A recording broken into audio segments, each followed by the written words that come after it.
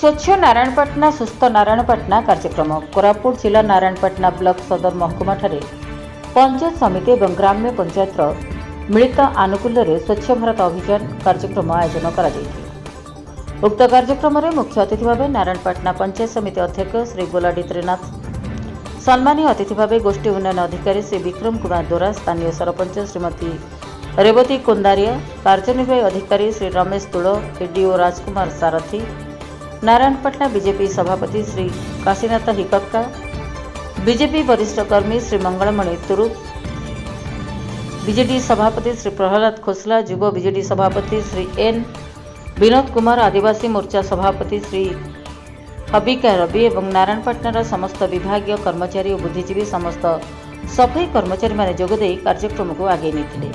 एही कार्यक्रम द्वारा नारायणपाटना पई एक स्वच्छता आनिबा निमंते साही साही बुली जनसाधारण को स्वच्छता उपरे सचेतन करा जायथिला।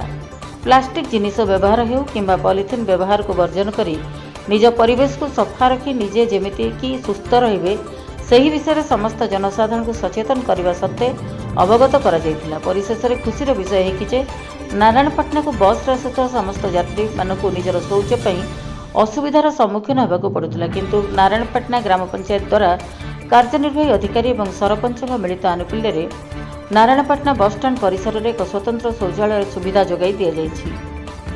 उक्त शौचालय को पंचायत समिति अध्यक्ष बीडीओ एवं सरपंच उद्घाटन करथिले। Bureau report, PS news Bharat.